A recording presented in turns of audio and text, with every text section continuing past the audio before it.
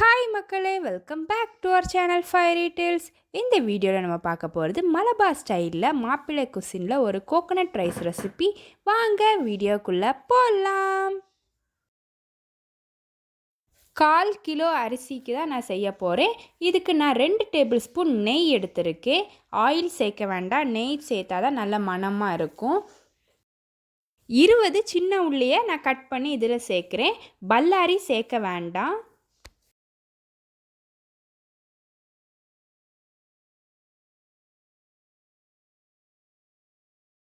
இதில் 1/2 ஸ்பூன் வெந்தயம் சேர்க்குறேன். இதில் கொஞ்சமாக கசப்பு இருந்தாலும் ஆனால் இதோட ஃப்ளேவர் இந்த கோகோனட் ரைஸுக்கு ரொம்ப நல்லா இருக்கும். வெங்காயம் நல்லா பொரிஞ்சு ப்ரௌன் ஆக வேண்டாம், அப்போ இதோட ரைஸோட கலர் மாறிடும். கொஞ்சமாக கருவேப்பிலை இலைகள் சேர்க்குறேன். இப்போ இதில் 2 கப் தேங்காய் பால் சேர்க்குறேன். 1 கப் தண்ணியும் சேர்த்துக்கிடுறேன். இதுக்கு தேவையான அளவு உப்பு சேர்த்து நல்லா மிக்ஸ் பண்ணிக்கிடுறேன். நார்மலாக டெய்லியும் யூஸ் பண்ணக்கூடிய அரிசி தான் நான் இங்கே எடுத்திருக்கேன். பொன்னி எடுத்திருக்கேன். 1 பங்கு அரிசிக்கு 3 பங்கு தண்ணி வைக்கணும். நான் இங்கே 1/4 கிலோ பொன்னி அரிசியை நல்லா வாஷ் பண்ணி எடுத்திருக்கேன். இதே ரெசிப்பியில் நீங்கள் ஜீரக சம்பா அரிசி, பாஸ்மதி அரிசி கூட சேர்த்துக்கிடலாம், நல்லா இருக்கும். ஆனால் அந்தந்த அரிசிக்கு ஏற்ற மாதிரி நீங்கள் தண்ணியை குறைச்சி வச்சுக்கோங்க. இதில் பட்டை, கிராம்பு, ஏலக்காய் ஒன்றுமே சேர்க்கலை. இந்த கோகோனட் மில்கோட ஃப்ளேவர் மட்டும்தான் இருக்கும். இப்போ இதை க்ளோஸ் பண்ணி மீடியம் ஃப்ளேமில் வச்சு நல்லா வேக வைக்க போகிறேன். ஒரு 10 நிமிஷம் ஆனதும் விசில் வரது மாதிரி இருக்கும். அப்போது நீங்கள் தீயை சிம்மில் ஆக்கிடுங்க. விசில் வர விடக்கூடாது. விசில் வந்தால் அந்த ஃப்ளேவர்லாம் வெளியே போயிடும். இன்னொரு 5 நிமிஷத்துக்கு இதே சிம்மில் வச்சு குக் பண்ணி எடுக்க போகிறேன்.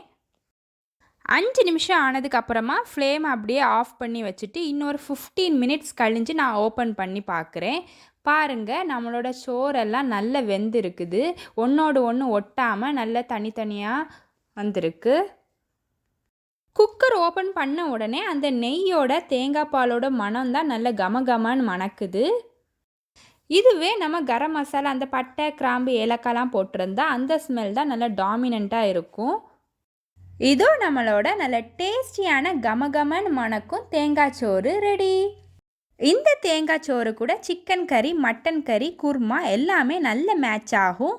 இங்கே நான் எக்கு குழிப்பணியாரமும் கூடவே நாங்கள் வீட்டிலே பண்ண மாங்காய் ஊறுகாயும் வச்சுருக்கேன். இந்த மாங்காய் ஊறுகாய் ரெசிபி நாளைக்கு நான் அப்லோட் பண்ணுறேன், மிஸ் பண்ணாமல் அந்த வீடியோவும் பாருங்கள். இன்றைக்கி இந்த தேங்காய் சோறு கூட நான் இங்கே பருப்பு கறி வச்சுருக்கேன். இதுவும் நல்ல மேட்ச் ஆகும்.